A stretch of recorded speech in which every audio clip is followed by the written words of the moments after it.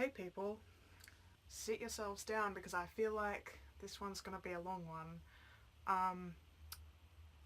This setup feels really dramatic. Also, yes, I am in my parents' wardrobe because I live on a main road and there's always trucks and people with modified cars going past, so there's always a lot of noise anywhere in my house, and I feel like the clothes kind of absorb the sound a bit better.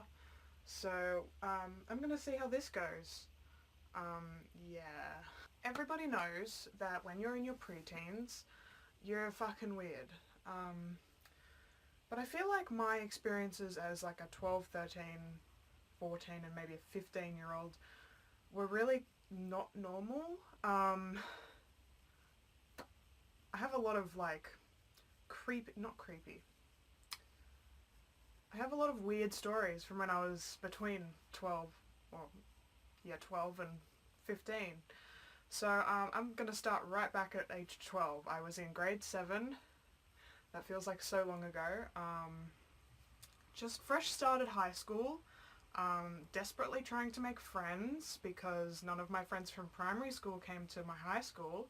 So, you know, what's the best way to make friends? According to my 12-year-old self, that meant telling everybody that I was insane and I was going to kill people. Yeah, I have a lot of like weird memories of being in health class and telling people that sat next to me that like, oh my god, I was going to kill someone one day, and you'd think, oh, maybe I was into creepypasta, maybe I wanted to be like Jeff the Killer or something, because I know a lot of 12-year-olds were. No, I was too scared to read creepypasta. If I wanted to read creepypasta that badly, I had to have all the lights on, I had to read it in the middle of the day, I had to have all the doors and windows open. I don't know why I had to have the window open, but I had a weird obsession with having the window open. Anyway, and that's the only conditions I could ever read creepypasta. But I really, really hated it, and I only did it if someone was like, oh, this is a really good story. Anyway, so I wasn't one of those wacko, like, creepypasta kids. I just had this weird obsession with, like, feeling like I was a killer. Maybe I was a Columbine shooter in my past life. Like, I'll put a clip in now of, like, my sketchbook from year 7. First of all, can we just be thankful that I don't draw like this anymore? Like, what is this? Why? Okay, here we go. Here's what I was talking about. Here's a human version of Pinkie Pie. I remember this. This was year 7, so obviously my drawings are not the best. I don't know why I'm worrying about that rather than, come on, Rainbow Dash. No, get away. She's got a fucking knife. Oh, here we go. Here's one of those, like, half good, half evil faces. Yeah, top quality. Why is the eye coming down to the chin? Why am I crying blood? Why am I smiling? Why is my mouth stitched together? I hate... Here's Pinkie Pie in question, right? This isn't gore, but I actually stole this. This is a paper cutout. I stole this from my friend. Like, I literally, like, said, give me that, like, cutout of Pinkie Pie. And I literally stuck it in my book and was like, oh my god, I'm gonna, like, make a drawing around it. Because I can't fucking draw. Oh, here we go. Look, I'm so insane, right? Is that a straitjacket? Yeah, I'm pretty sure that's a straitjacket, and I've got, like, my eyes going in different directions. Oh, here's exactly what I was talking about. Your face will be torn with, like, cuts and a knife, and, like, insanity with a rainbow, and, like, this song. This is the song from the Cupcakes video. It's also the intro to Pretty Little Liars, I think. Can you keep a secret? I swear this one you'll save. Better lock it. Like, I literally was just... I was gonna fill this whole page with, like, the lyrics to this song. Because I was like, oh my god, I'm so crazy, lol. Oh, and there we go, another picture of insane Pinkie Pie. Look, oh, yes, she's totally insane from the way her eyes are going different directions. Okay, this is also creepy, but it's not morbid. I drew my science teacher as a pony. Like, she's literally a science teacher in real life, and I drew her as a pony because, like, I was like, oh wow, I should, like, draw everyone I know as a pony. Oh, here we go. This was my original character, and, I was like, oh my god, she's totally, like, insane. She's got, like, knives and scars and shit. Like, that's a scar. Like, it was meant to be like, Scar from The Lion King, how it's, like, over her eye. Yeah, but that's, like, they start getting, like, less edgy from there. So, in my last video, I wasn't joking when I said, I'm less edgy now. So, I think that's the end of that. Yeah, those drawings were really fucking creepy. And honestly, I don't know how I got into that. But you would have noticed, segue, that there were ponies, like cartoon horses in those drawings. Fun fact, Year 7 me was also a brony. Yeah, I liked My Little Pony as a 12-year-old, and I thought, wow, you know, I guess that's still kind of in the age bracket of, like, liking My Little Pony. Like, I guess it's on the border, but anyway, I really liked My Little Pony from ages 12 to 15. That's why there's pony pictures in there, but also, continuing on with the creepypasta thing, I also really liked My Little Pony themed creepypastas like Smile HD and this other clip called Cupcakes. I think Smile HD was taken down from YouTube, but if I can find a clip of it, I'll put a bit of it here.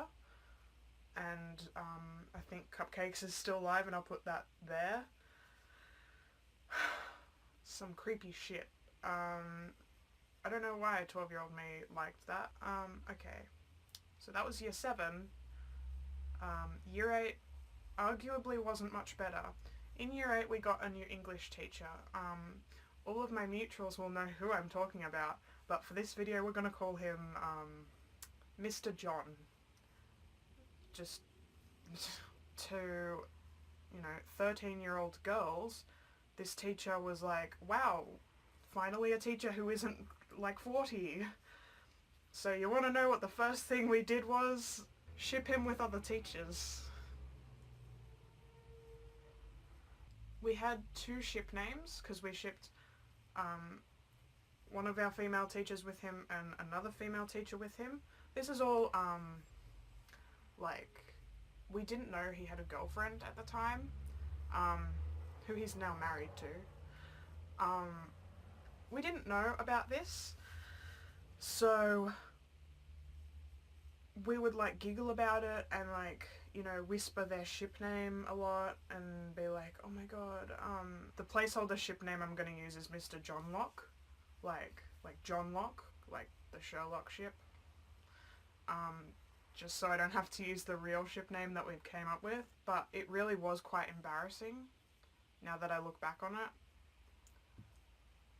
I also found his Twitter, and one day we were sitting on our oval at school, and I was like, oh my god, friend group, look, I found his Twitter, this is hilarious, look, teacher's personal life. And then we all started following him, because at that time we didn't realise that following or friending a teacher on social media is very illegal. And then one of my friends in the hallway later on yelled out to Mr. John, hey Mr. John, Grace found your Twitter, which I was extremely embarrassed about, and I still kind of am embarrassed about, and I honestly don't know if he ever forgot about that.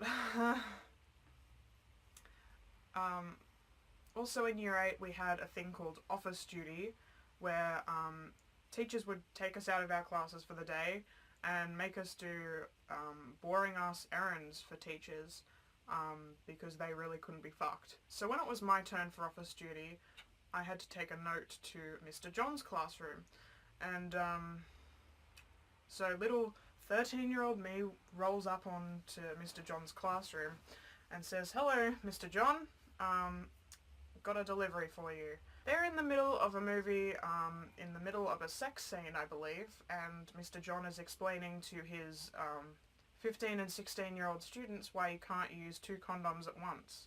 Now, small little 13-year-old me was absolutely traumatized by the thought of my teacher explaining anything sexual because, you know, pure-minded, not insane me was like, sex? Never.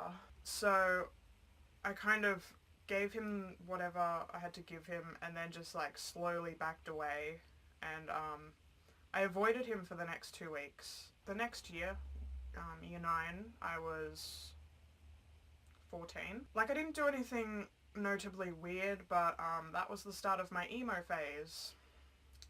Yep, here's an actual picture of me when I was like full-blown emo.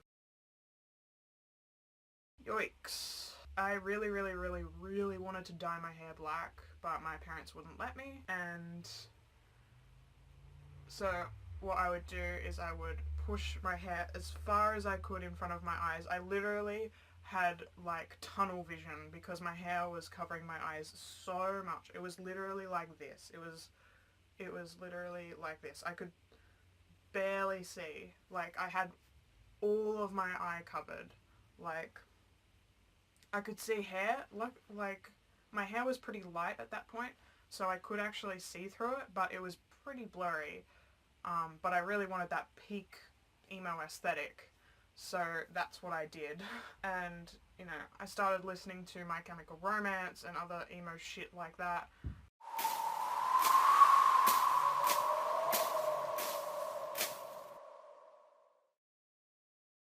I feel like I should do that typical YouTuber outro, even though I feel like nobody follows it.